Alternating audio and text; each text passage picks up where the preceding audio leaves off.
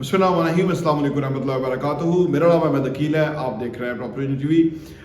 अभी हम नवंबर में आ गए हैं ऑलमोस्ट, और 2 महीने रह गए हैं, 2024 आने वाला है। 2024 कैसा होगा रियल एस्टेट के हवाले से, 2024 में पाकिस्तान की सूरत हाल क्या होगी, और 2024 को इमरान खान के साथ क्या होगा, और कैसे जो है ये मुल्क आगे बढ़ेगा, इन तमाम मौज़ूआत पे आइए गुफ्तगू करते हैं।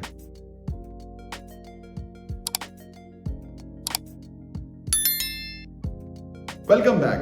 देखिए जी, पहले मैं रियल एस्टेट की बात करूं। रियल एस्टेट जो इंडस्ट्री है पूरी, इसमें कोई शक नहीं कि इमरान खान के आने की वजह से कंस्ट्रक्शन इंडस्ट्री को बहुत बड़ा अरूज मिला।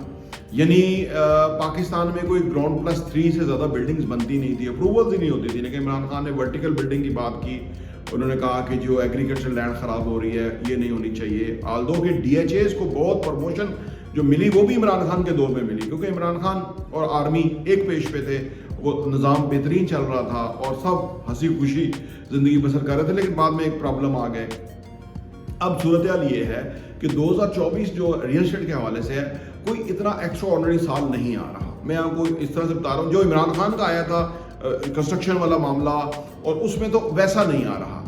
आल्दो के IMF के साथ हमारा मामला हो जाएंगे। वो जो $3 अरब था वो हमें मिलता रहेगा। अभी जो $7 मिलियन मिलेगा, और उसके बाद नेक्स्ट ईयर भी कुछ ना कुछ मिलेगा। तो लेकिन और इसके अलावा अदर जो मालियाती अदारे हैं वो भी हमें डॉलर्स देना शुरू कर देंगे। इसके अलावा एक प्लान कर लिया गया है कि नवाज शरीफ को वज़ीर आज़म बनाया जाएगा, और कोशिश की जाएगी कि मुल्क चलना शुरू हो जाए और इमरान खान को गिरफ्तार ही रखा जाएगा। ये वाला पहलू जो है ये ऐसा ही है कि आप तमाम स्टेक होल्डर्स को अगर नॉर्मलाइज नहीं करेंगे, तो फिर मुल्क के अंदर या घर के अंदर इस्तेहकाम नहीं आ सकता। ये बात, आप किसी को कैद में रख के तो मुल्क को इस्तेहकाम नहीं आ सकता। लेकिन जो लोग कर रहे हैं वो हमसे ज़्यादा सोचते हैं, उनके बहुत बड़े थिंक टैंक्स हैं, और उन्होंने एक ऐसा एक सिस्टम क्रिएट कर लिया है कि नवाज शरीफ को बरी-उल-ज़ुमा करा दिया तमाम मामला से। अदलिया जो है वो रबड़ स्टैम्प की तरह फैसले कर रही है, चीज़ें कर रही है। लेकिन वो, और हुकूमत आ भी जाएगी नवाज शरीफ की फॉर एग्जांपल। लेकिन 2024 में तो कोई क्राइसिस नज़र नहीं आ रहा कोई इतना बड़ा। हाँ, 25 में जाके फिर वहीं खड़े होंगे जैसे हम 2023 के शुरू में थे। 25 फिर ऐसा ही साल आ रहा है, आप देख लीजिएगा। उसकी वजह कि पाकिस्तान को एडहॉक बेसिस पे चलाया जा रहा है। पाकिस्तान को तरक्की की इशारा पे नहीं डाला जा रहा, या उसमें बहुत सारे बैरियर्स हैं। वो तो मैं आपको लंबी लिस्ट है, मैं आपको बताऊं कि चीनी माफिया, जो अदर माफियाज हैं, जो कि मुल्क के अंदर बेनिफिट उठाते हैं, जो कि जिनके लिए मुल्क है। भाई 25 करोड़ आवाम के लिए तो मुल्क नहीं है। वो तो रो रहे हैं, वो तो उनका तो पेट्रोल महंगा हो गया, तो पिछले दिनों क्या मामला हुए, लोग तो बड़ी बुरी सूरत हाल में चले गए। रियल एस्टेट के अंदर 24 जो है वो हल्का फुल्का नॉर्मल साल तो चलता ही रहेगा। ये जो 2023 रहा, ऐसा नहीं होगा, थोड़ी सी बेहतरी की तरफ जाएगा कि भाई डॉलर्स पाकिस्तान में आना शुरू हो जाएंगे, लोगों को समझ आएगी कि एक जमहूरी तरीके से मुल्क चल रहा है। लेकिन 25 में जाके काफ़ी सारे क्राइसिस फिर खड़े हो जाएंगे, क्योंकि 24 में हमें तकरीबन 26 से $30 अरब चाहिए 2024 में। तो ये जो भी बैठेगा वो किसी तरह इंतज़ाम करेगा, किसी को गोडे घुटने पकड़ेगा, और किसी ना किसी तरह से मुल्क का निज़ाम चलाएगा, और उससे मुल्क चल भी जाएगा। लेकिन फिर ये जो वक्ती तौर पे जिस तरह से ये एक सिस्टम बनाया जा रहा है, ये सिस्टम फिर जो है ना, इसके अंदर कैपेसिटी नहीं है। कहीं से कोई इस दौरान कोई ऐसा मामला हो गया खुदा ना खास्ता कि मुल्की लेवल के ऊपर, तो फिर जो कदम है वो डगमगा जाएंगे। और अगर नवाज शरीफ का तो 2-1 साल का ही टाइम होता है, उसके बाद तो नवाज शरीफ का और आर्मी का और ये तो आपस में मसला हो जाता है। ये तो पिछले हम 90 से यही देख रहे हैं कि वो कोई ना कोई इशू हो जाता है जी। हाँ जी, तो वो उससे क्या होता है कि वो ये जो इश्यूज हो जाते हैं, उससे फिर स्टेबिलिटी जो है वो दाव पे लग जाती है, और फिर जो है वो कोई इमरान खान का शुरू हो जाएगा। 25 के आखिर में उसको रिहाई मिल जाएगी, अचानक अदालतें इंसाफ करना शुरू कर देंगी, अचानक जो है वो चीज़ें होगी। तो ये इस तरह चलता रहेगा।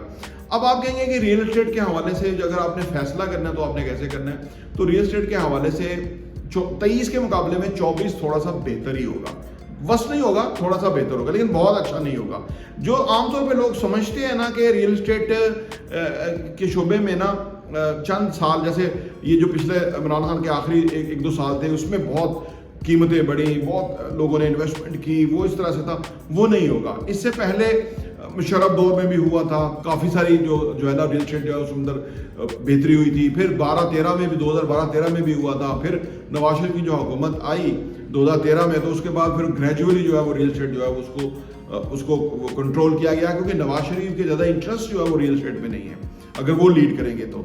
और सबसे ज़्यादा जो रियल एस्टेट का बिजनेस चलता होता है वो पीपल्स पार्टी के दौर में चलता होता है, ठीक है ना। ये आमतौर पर क्यास है, लोगों को समझ है, सबसे ज़्यादा पीपल्स पार्टी जो है वो रियल एस्टेट को चलती है। क्योंकि पीपल्स पार्टी, नवाज शरीफ का जो है वो ट्रेडर्स जो है ना वो इसके थ्रू इनको इंसेंटिवाइज करते हैं।